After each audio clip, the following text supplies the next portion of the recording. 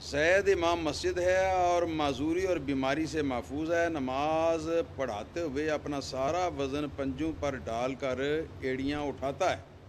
کبھی ایک ٹانگ پہ وزن ڈال دیتا ہے، کیا ایسے امام کے پیچھے نماز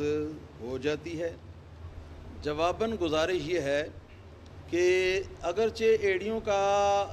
بھی حالت قیام کے اندر زمین کے اوپر لگانا جو ہے یہ ضروری سنت ہے ایک، لیکن یہ ضروری نہیں کہ صرف ایڑیاں ہی لگائے آدمی۔ اگر پاؤں کا کوئی حصہ بھی نیچے لگا لیتا ہے نا اور باقی حصہ ذرا سرک جاتا ہے، ادھر ادھر ہو جاتا ہے، تو اس سے نماز ادا ہو جاتی ہے۔ نماز کے فرائض جو ہیں وہ ان کے اندر اس سلسلے میں کوئی خرابی لازم نہیں آتی۔ اور رہی یہ بات کہ کبھی ایک ٹانگ پر وزن ڈال دیتا ہے، تو یہ اس طرح کہ کبھی اس ٹانگ پر کھڑے ہو گئے ادھر جھکاؤ ہو گیا، کبھی پھر اس ٹانگ پر کھڑے ہو گئے ادھر جھکاؤ ہو گیا، تو یہ اگر عادت کی وجہ سے ہے تو مکروہ ہے، مگر اس سے بھی نماز ٹوٹتی نہیں۔ عادت کی وجہ سے ہے تو مکروہ ہے، بعض لوگوں کو عادت ہوتی ہے، لیکن اگر مجبوری کی وجہ سے ہے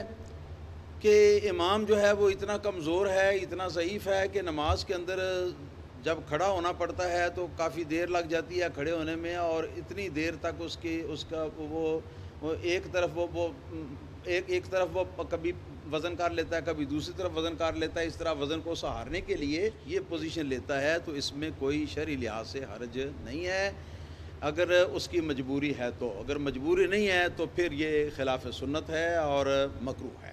حدیث پاک کے اندر آتا ہے کہ سرکار دو عالم صلی اللہ تعالیٰ علیہ وسلم کے صحابہ کرام رضوان اللہ علیہم اجمعین کا، ائمہ تابعین نے نماز کا نقشہ جو ہے وہ یہ کھینچا ہے کہ یہ لوگ اپنے نوافل کے اندر لمبا قیام کرتے تھے، لمبی قرات کرتے تھے، اور جس وقت یہ تھک جاتے تھے تو کبھی یہ سہارا ایک ٹانگ کے اوپر وزن ڈال لیتے تھے اور دوسری ٹانگ کو خالی کر دیتے تھے، یعنی